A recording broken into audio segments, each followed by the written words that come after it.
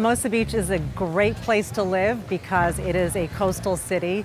The beach is absolutely beautiful here. The quality of life is amazing here. It has an award-winning school district. It has a well-run city and a dedicated team of city staff that help everything run and make everything great here. It's special to me because not only is the police department fantastic, but the community members love us. They're all part of the team. Hermosa Beach is special and a great place to live, honestly, in my opinion, because of the intimate nature of our small business community. And they care about what happens with the future of Hermosa Beach. They're involved in decisions that are made and the future of this community. Because it's such a small and compact city, it brings all of us together. It compels all of us to work together in ways that I don't think is possible in larger cities. Hermosa Beach is over 100 years old. We're on Santa Monica Bay in the greater Los Angeles region. We have 20,000 residents who love to live here for all the recreational amenities we have and our proximity to everything else that greater LA has to offer. Our response to the pandemic, first and foremost, to act as quickly as possible, and then to create opportunities for people to do the things that they need to do to conduct their lives in ways that were different from before. This led to our Hermosa Shines plan, which is our community's recovery and resilience plan. It's our effort to help our community to bounce back, but also to bounce back in a very resilient and sustainable way. SHINES is an acronym for safety, health, infrastructure, new technology, economic development, and service.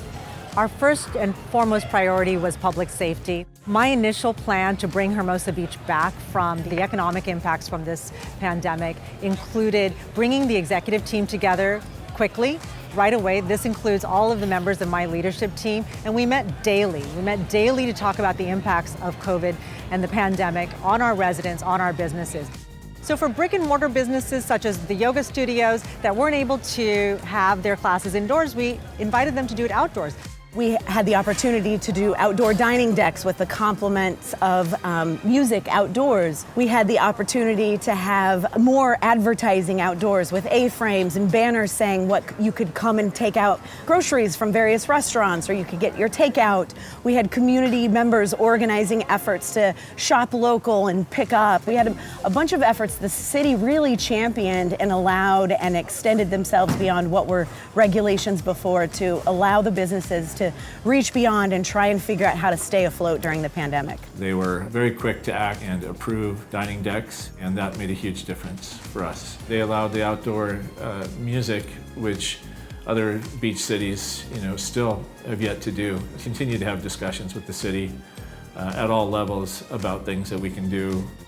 So as a result of the pandemic, the Economic Development Committee at the city formed, and the stakeholder group, which is made up of a bunch of business owners, property owners, and so forth in town, as well as some planning commissioners and city council members, to create a force of people who could decide how to move forward out of this pandemic and how to really help Hermosa move into the next phase of really flourishing as an economy.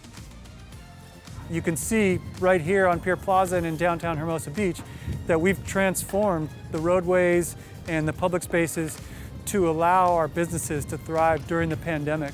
And they dovetail well into our efforts to create a walkable, bikeable community. With the lane reconfiguration in downtown Hermosa Beach, we added a bike lane on Hermosa Avenue and Pier Avenue. This has been a tremendous benefit for all of us who love to bike, who love to skateboard, who love to just be in the outdoors and actually move about the city differently. We needed to make sure that our community who had these bikes and was using these bikes were able to keep these bikes safe. And we were able to get out into the areas where a lot of the bikes started to interact with pedestrians to make sure that they were safe, and engage in education programs using social media to get the word out, be safe, but enjoy, and let's use our bikes to the fullest extent. We became a much more relevant part of the city partnership, and we worked with all the city teams. We developed a program that we call front lawn meetings. If there was a neighborhood issue, a concern, or just wanting to get to know the police department a little bit better, we would ask somebody to host it in their front lawn. We would go to them, they could invite their neighbors. Project Secure was an operation where officers would drive around in the routine patrols. When they would see something that was a potential crime, a garage door open, they'd either go knock on the door They would try and reach the owner, and if they couldn't, they would do what they could to secure the location. We developed a Project Secure card, which basically had a little bit of information they could fill in on this date at this time, and we dropped that inside the garage before we closed this. Huge success. We had community members calling us, thanking us, sharing it with their neighbors, and just the talk of Project Secure was something that ultimately created more awareness and more safety because people started locking their stuff. What's next for our city is a future filled with opportunities that are born out of the lessons learned through this pandemic.